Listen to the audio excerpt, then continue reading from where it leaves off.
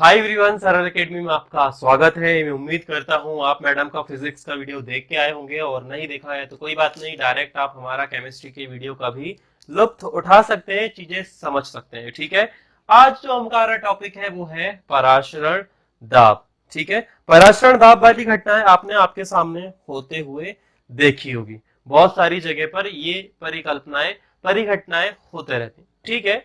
बहुत अच्छा एग्जाम्पल इसका है कि आप क्या करते हो आप लेते हो किशमिश। ठीक है। आपने ये लिया किशमिश या फिर किसी भी प्रकार का ड्राई फ्रूट, और इसे इसे डाल दिया आपने पानी के अंदर। ठीक है। आपने क्या किया, इसे डाल दिया पानी के अंदर। जब ये पानी के अंदर डालता है, आपने डाला, जब पानी के अंदर आपने इसे रखा, तो क्या होता है इसमें? क्या होता है बताओ? कुछ तो होता होगा।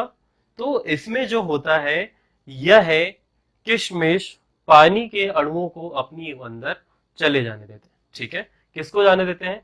पानी के, यानी कि शुद्ध पानी के अणुओं को अपनी अंदर चले जाने देते हैं। ठीक है। अब पानी में उपस्थित जो अशुद्धियां होती है, क्या वह उस झिल्ली को पार कर पाती है? यदि मैं उसमें कुछ ऐसी चीजें मिला दूं, तो क्या वह पानी को छोड़कर इसके अंदर जा सकती है? तो आंसर है समटाइम्स हाँ और समटाइम्स ना, क्योंकि यह निर्भर करता है कि आपने जो पानी में अशुद्धि मिलाई है वो कितनी मात्रा में मिलाई है। ठीक है। तो इसे हम आगे समझेंगे, थोड़ा आगे का पढ़ा दिया मैंने। तो अभी के लिए आपका पानी बिल्कुल पूर्ण रूप से शुद्ध है, उसमें किसी भी प्रकार की अशुद्धि नहीं है। जब आप उसको जब आप किशमिश को इसके अंदर डालेंगे, तो वह फूल के अंगूर की भांति हो जाएगा। ठीक है। तो क्या हुआ?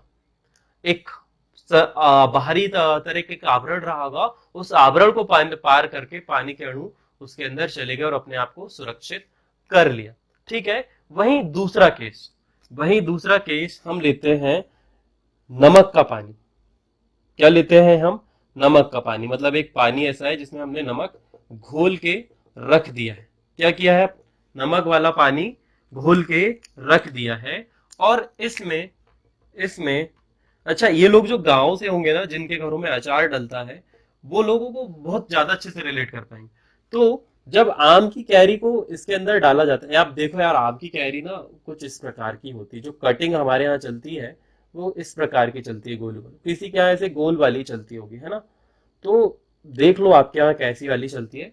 तो जब हम इसे इसके अंदर डालते हैं, ठीक है, जब हम लाते हैं शुरू में आम तो बहुत ही खिले खिले होते हैं, पर जब नमक के पानी में रखते हैं ना, तो वो सिकुड़ जाते हैं। ठीक है। ये सिकुड़ने वाली घटना भी आपने देखी होगी, कुछ चीजें पानी में डालने के बाद सिकुड़ भी जाती हैं। तो क्या हुआ? जो उनके शरीर के अंदर का पानी था ना, वो नमक के पानी ने खींच लिया, अवशोषित कर लिया। तो यहां पर कुछ तो ऐसा आवरण हो रहा होगा जो पानी को अंदर जाने दे रहा होगा और पानी को बाहर आने दे रहा होगा। कुछ तो ऐसा माध्यम होगा ना। और एक और चीज हो रही होगी कि इस केस में पानी अंदर जा रहा था, मगर इस केस में पानी बाहर आ रहा है। तो कुछ तो होगा। जी हाँ, यहां पर दो तरह की चीजें काम कर रही हैं। तो स्टार्ट करते हैं पराशरण दाब की पहली और बेसिक चीज, जो कि निकल के आती है अर्धपारगम झिल्ली। क्या है? पराशरण दाब स्टार्ट करने से पहले सबसे पहले हम समझते हैं अर्धपारगम झिल्ली। ये जो बॉर्डर आपको दिख रही है, इसमें एक झिल्ली होती है। यहाँ पर एक झिल्ली होती है, इसे ही कहते हैं हम अर्धपारगम झिल्ली। एक एक चीज समझना, मैं एक एक चीज बहुत प्यार से आपको समझाने की कोशिश करूंगा। अर्धपारगम झिल्ली। अब अर्धपारगम झिल्ली की खास बात यह है, अर्धपारगम झिल्ली की खास बात यह है कि इसमें से केवल शुद्ध विलायक के अणु पार हो सकते हैं। ठीक है। इट्स लाइक अ छन्नी। जैसे कि जब आप चाय छानते हो, तो चाय पत्ती छन्नी के ऊपर रह जाती है और चाय छन के नीचे निकल जाती है। तो सिर्फ किसके अणु जा पा रहे हैं? जो विलायक है, जो मुख्य मात्रा में विलायक था मौजूद, वह है कैसा हो गया? बाहर हो गया। It's like a filter. अर्धपारगम झिल्ली इट्स लाइक अ फिल्टर। तो आप ये कह सकते हैं,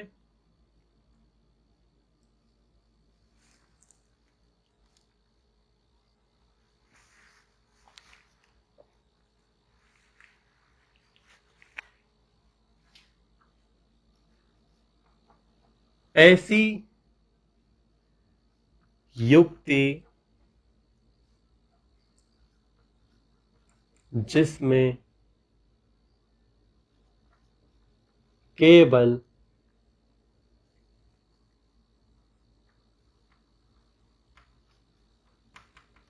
विलयन के शुद्ध विलायक के अणु पार पार हो सकते हैं। विलायक के अणु पार हो सकते हैं अर्ध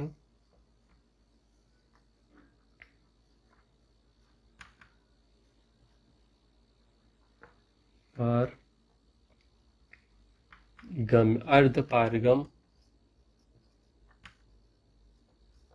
अर्ध पारगम झिल्ली कहलाती है। ठीक है, ये हो गया अर्ध पारगम झिल्ली की परिभाषा। अब आपको इसके उदाहरण लिखना है, तो आप सबसे पहला जो ऑब्जेक्टिव टाइप में आता है उसके नाम लिखेंगे। सबसे पहला आएगा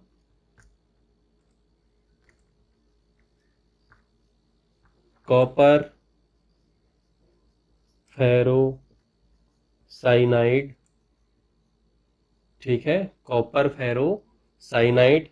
फिर आप लिखेंगे यहां पर चमड़ी, जो हमारी सतह की त्वचा होती है चमड़ी, यह भी पानी में जाने के बाद में क्या होती है, लाशें क्या होती है, फूल जाती है। तो यह भी एक प्रकार की अर्ध पारगम झिल्ली है। साथ ही चमड़ी की जगह एक बहुत अच्छा शब्द है, आप लिख सकते हैं चम्रपत्र।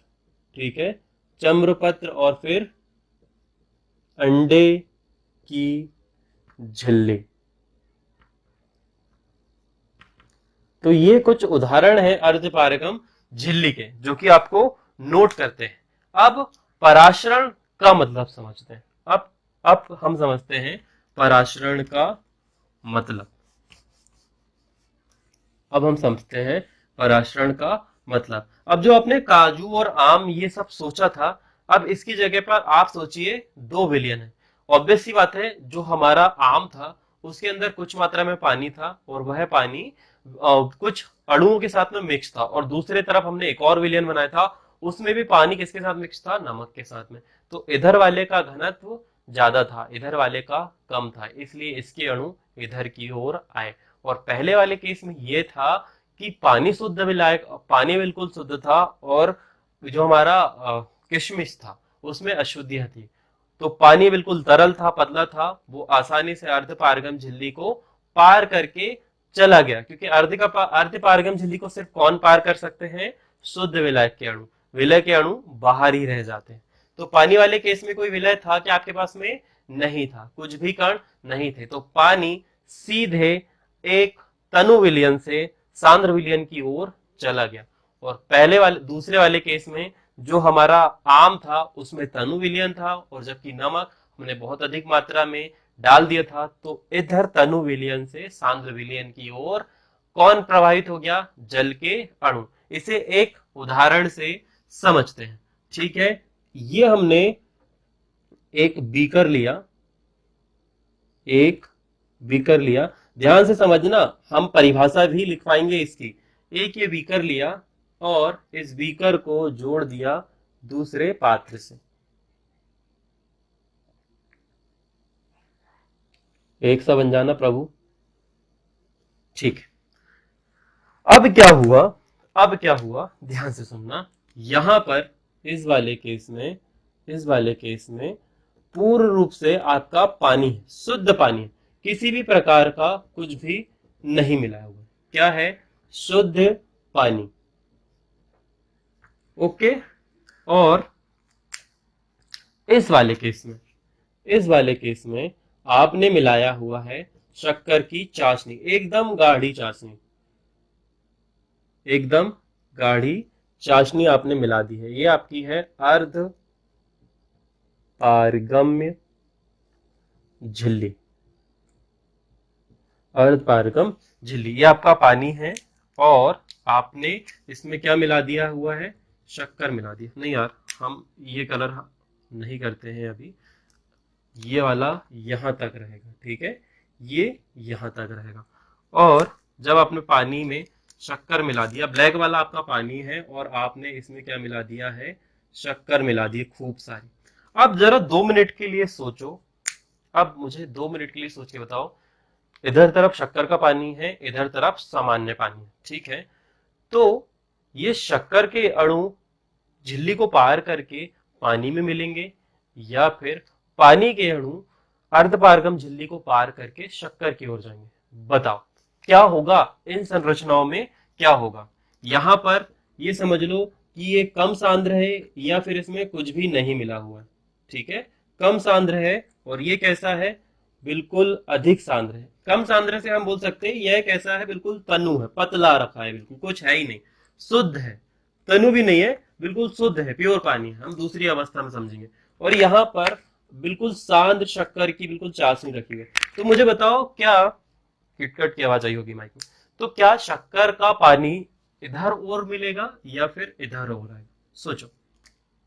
तो ये जो है कुछ इस प्रकार से होगा, पानी अधिक तरल है तो वह अर्धपारगम झिल्ली को सट करके पार करेगा, जबकि शक्कर के अणु वहीं पर रुक जाएंगे। तो ये पानी जो है इधर की ओर इसमें आके मिलना स्टार्ट हो जाएगा। और कब तक होता रहेगा, जब तक इन दोनों की स्थिति साम्य को नहीं पहुंचती। साम्य को मतलब दोनों की डेंसिटी एक जैसी ना हो, या फिर इधर का दाब और इधर का दाब बराबर ना हो, तब तक ये जो स्थिति है यह चलती रहेगी, यह विलायक के अणु आते रहेंगे, ठीक है। जैसे ही स्थिति साम्य होती है, इधर से बल लगना बराबर हो जाएगा या कम हो जाएगा या बंद ही हो जाएगा, तो इधर तरफ घुलना बंद, ठीक है। तो अब परिभाषा निकल के आती है पराशरण की, ठीक है।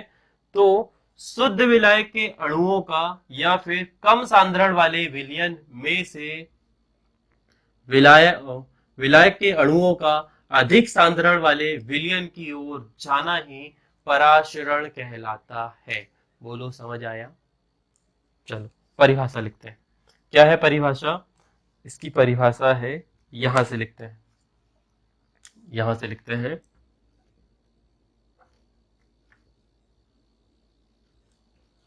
कम सांद्रण वाले विलयन से विलायक के अणुओं का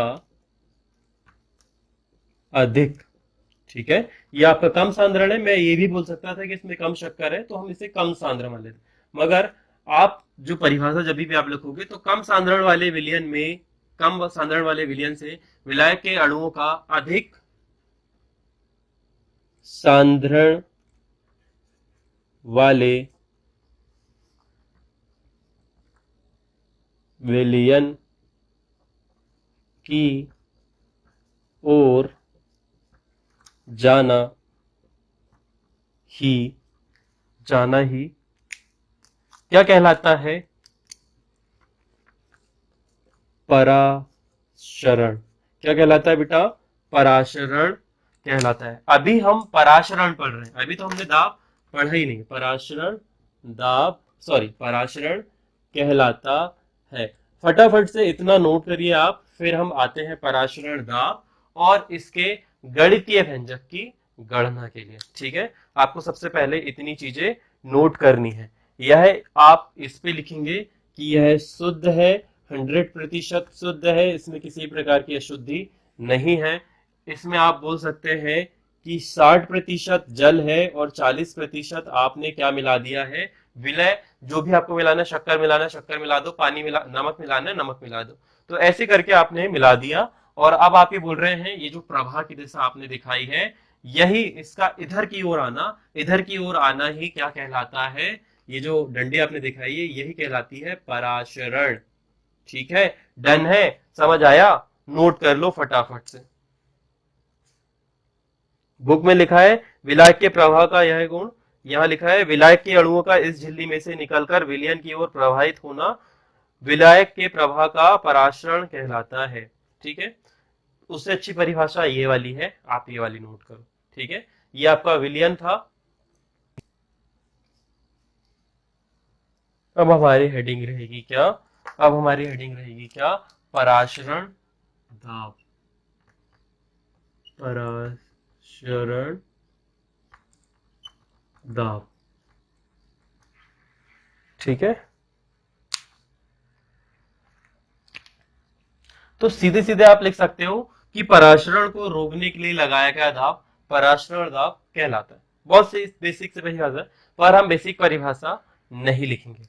हम लिखेंगे हम लिखेंगे कम सांद्रण वाले विलयन से अधिक सांद्रण वाले विलयन की ओर विलायक के अणुओं को रोकने के लिए लगाया गया दाब ही पराशरण दाब कहलाता है। देखो, अब आप लोग सपोर्ट करोगे ना तो डिजिटल बोर्ड आ जाएगा, यहाँ पर पीडीएफ आती रहेगी, मगर मेरे को ना फील नहीं आता, वैसे वैसे में फील नहीं आएगा। ये आपकी पराशरण दाब की परिभाषा होगी, मैं अंडरलाइन कर लेता हूँ कि कम सांद्रण वाले विलयन से अधिक सांद्रण वाले विलयन की ओर विलायक के अणुओं को रोकने के लिए लगाया गया दाब ही पराशरण दाब कहलाता है। ठीक है, इधर हमने एक बात कही थी थोड़ी देर पहले कि जब तक इधर और इधर का दाब एक समान नहीं होगा ये अणु इधर मिलते रहेंगे। अब क्या हो कि हम कुछ ऐसा करें कि ये विलायक के अणु इधर आए ही ना सके। क्या हो, मैं पूरा मिटा देता हूं। ठीक है, अब हम समझते हैं अब हम समझते हैं।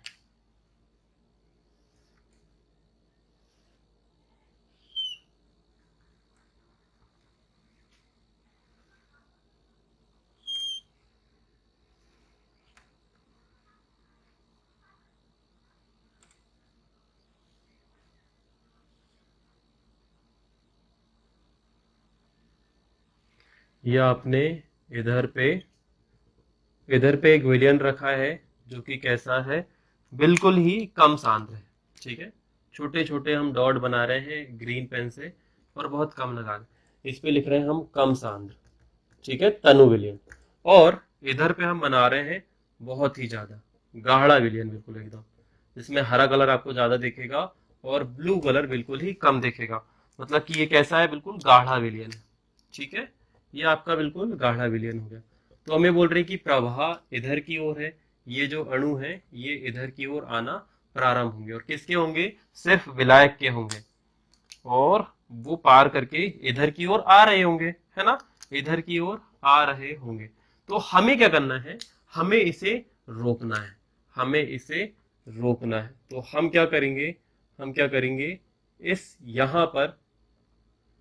यहां पर इस विलियन पे हम दाब लगाएंगे। ठीक है, इस विलियन पे हम दाब लगाएंगे, इस विलियन पे हम दाब लगाएंगे। तो ये जो दाब आप लगा रहे हो इसे ही आप कहते हैं पराशरण पराशरण दाब। इसे ही आप क्या कहते हो? पराशरण दाब। आप किसे रोकने के लिए लगा रहे हो? आप ये रोकने के लिए लगा रहे हो कि विलायक के कण इधर और ना आ सके। विलायक के कण किसकी ओर ना आ सके? अधिक सांद्रण वाले विलयन की ओर ना आ सके। सर गए हैं थक, सर ने बिल्कुल रेगुलरली 2 वीडियो शूट करने का आज बीड़ा उठा लिया है, ताकि आप लोगों को आगे भी समझ में आए। अब कुछ जगह पर वर्कले हार्डले विधि आती है, ठीक है, पर एनसीईआरटी में यार वो मेंशन नहीं है, तो मुझे थोड़ा सा डाउट है कि उसे पढ़ाया जाए या नहीं पढ़ाया जाए। अब इस पराशरण दाब के लिए एक लाइन है कि पराशरण दाब, इस पराशरण दाब के लिए एक लाइन है, पराशरण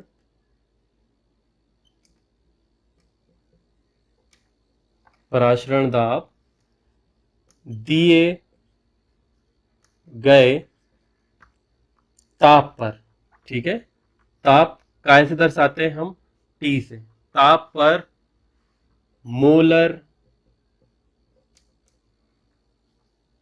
मोलरता, आप जिसे क्या से दर्शाते हो, कैपिटल एम से, या फिर मोलर सांद्रता के बराबर होता है। मोलर सांद्रता के मोलर सांद्रता के बराबर होता है। मोलर सांद्रता के बराबर या समानुपाती होता है। पर ताप पर मोलरता सी के समानुपाती होता है। मोलरता को यहां पर सी से दर्शाया हुआ, मोलरता सी के समानुपाती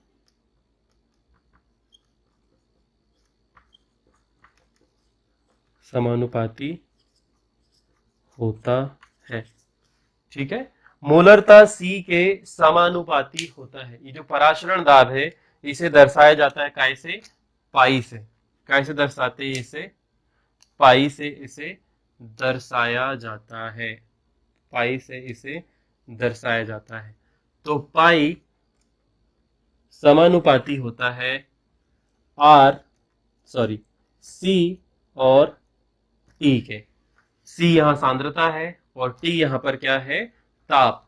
अब जब आप समानुपाती का निशान हटाएंगे तो यहां पर आएगा बराबर, और बराबर में आता है नियतांक आर, और ये होगा आर सी टी के, ठीक है, आर सी टी के। और सी टी, सॉरी, सी यानी कि सांद्रता बराबर होता है विलय के मोल, यानी कि एन बी बटे विलयन का आयतन, ठीक है। ये वाला सूत्र याद रखना। सांद्रता या मोलरता में हम ये बोलते हैं विलय के मोल, ठीक है, विलय के मोल, यानी कि एन बी बटे विलयन का आयतन, यही सूत्र काय का होता है, मोलरता का। कहने का तात्पर्य ये है कि जितना, ध्यान से सुनो, जितना गाढ़ा ये होगा, जितना गाढ़ा ये होगा, या फिर जितना शुद्ध ये होगा, उतनी ही स्पीड से ये इधर जाने की कोशिश करेगा, उतनी स्पीड से इधर जाने की कोशिश करेगा। तो उतनी ही मात्रा में हमें इस ओर दाब लगाना पड़ेगा। तो दाब लगाने से क्या होगा, इस झिल्ली पर प्रेशर पड़ेगा और इसके भी अणु कभी कभी इधर बाहर जा सकते हैं। खैर वो अपने आप में ही एक अलग मामला है। तो ये जो क्रिया हो रही है इधर के तरफ और इधर के तरफ के दाब को मेंटेन या मैनेज करने के लिए, समान करने के लिए हो रही है, परंतु हम ये चाहते हैं कि ये अणु इधर और आए ही ना, तो हमें इधर दाब लगाना पड़ेगा। तो हम कितना दाब लगाएंगे, कितना दाब लगाएंगे, उसकी मोलर सांद्रण के समानुपाती, यानी कि मोलरता के बराबर लगाएंगे। जितनी मात्रा में इधर पे विलयन के कण घुले होंगे, विलय के कण घुले होंगे, उतनी ही मात्रा में हमें इधर दाब लगाना होगा, ठीक है। ताप यहां पर सिर्फ दिखाने के लिए ऐड किया गया कि ताप अलग अलग विलयनों का अलग अलग होता है। नाउ ये याद रखना कि सांद्रता या मोलरता में विलय के मोल यानी कि एन बी बटे विलयन का आयतन आता है। तो आप यहां पर एक सूत्र लिखेंगे, पाई बराबर होता है एन बी बटे वी इंटू आर टी, ठीक है। ये सूत्र याद रखेंगे आप लोग, यहां पर आपको याद रखना है। अब एनबी का भी एक सूत्र है। अब यदि हमें विलय के मोल याद करने हैं तो विलय के मोल का सूत्र क्या होता है, विलय के मोल का सूत्र क्या होता है, डब्ल्यू बी बटे एम वी। याद है ना सभी को, सभी को याद होना चाहिए विलय के मोलों का सूत्र, कि हमको अणु, सॉरी, द्रव्यमान बटे क्या करना होता है, अणुभार। तो यहां पर जब आप मान रखोगे, यहां पर जब आप मान रखोगे तो आपको मिल जाएगा क्या, सूत्र। तो ध्यान से देखो, अभी कुछ देर के लिए हम कर रहे हैं पाई और v को साथ में। v क्यों, क्योंकि हमें nv का मान दिख रहा है। तो यहां पर आप लिखेंगे डब्ल्यू वी बटे M V into R T.